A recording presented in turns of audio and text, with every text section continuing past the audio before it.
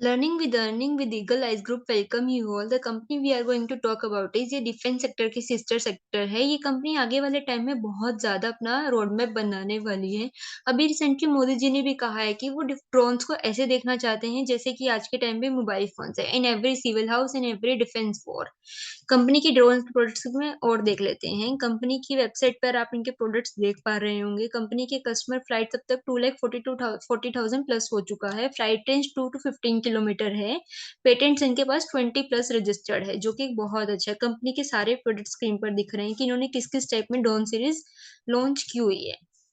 अब कंपनी के नंबर्स के बारे में देख लेते हैं। कंपनी का करंट मार्केट प्राइस अराउंड 780 है, बुक वैल्यू 147 के अराउंड है और मार्केट कैप 3,346 करोड़ के अराउंड है। स्टॉक पीई 115 है, जो आने वाले टाइम में विद ऑर्डर कम हो जाएगा। आरओसीई 14.7% एंड आरओई 12.5% है। कंपनी जो 2007 में बनी थी, ये अभी रिसेंटली ही लिस्टेड हुई है। इस कंपनी का जो काम है मेनली वो मैन्युफैक्चरिंग है अनआर्म्ड एयरक्राफ्ट सिस्टम, जिसको यूएस के नाम से भी जाना जाता है। कंपनी इनका मैन्युफैक्चरिंग इसलिए करती है ताकि ये मैपिंग, सर्वेलेंस एंड सिक्योरिटी में काम आ सके।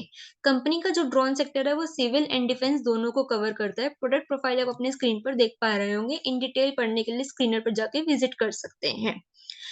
कंपनी का जो मैन्युफैक्चरिंग फैसिलिटी है वो नवी मुंबई में बना हुआ है अराउंड 21,000 स्क्वायर फीट एरिया में।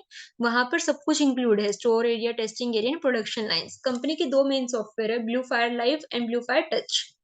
ये कंपनी मार्केट लीडर है क्योंकि इस कंपनी का 50% शेयर है।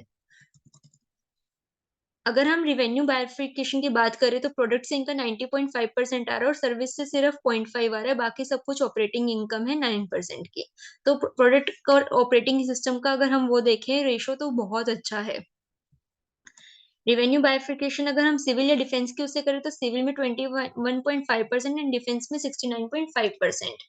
आईपीओ की डिटेल्स अगर हम देखें तो कंपनी ने 567 करोड़ रेज किए थे, जो कि 106 टाइम ओवर सब्सक्राइब हुआ था। इनका मेनली इन्होंने यूज बोरिंग्स रीपे करने के लिए, वर्किंग कैपिटल की रिक्वायरमेंट के लिए और आगे आगे एक्सपेंशन करने के लिए किया है।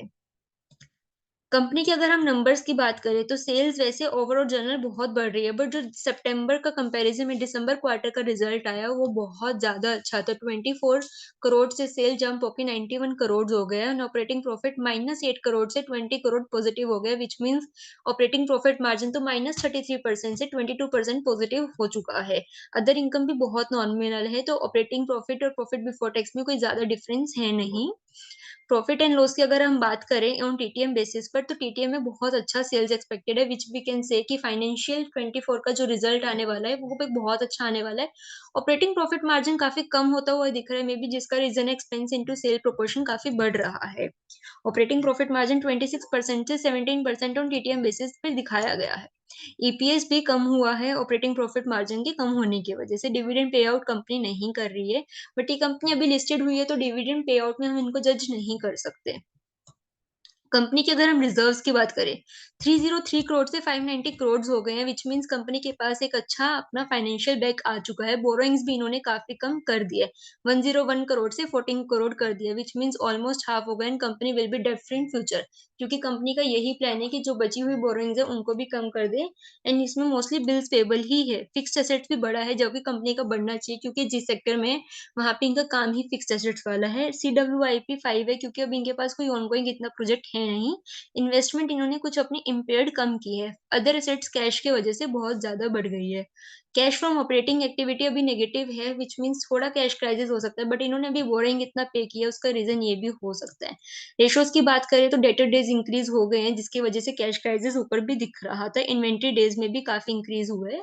तो कैश कन्वर्जन साइकिल इनको थोड़े दिनों में तंग कर सकता है, बट बोरोइंग कम करने की वजह से मुझे लग रहा है विद टाइम ही ये चीज़ें भी इम्प्रूव कर लेंगे।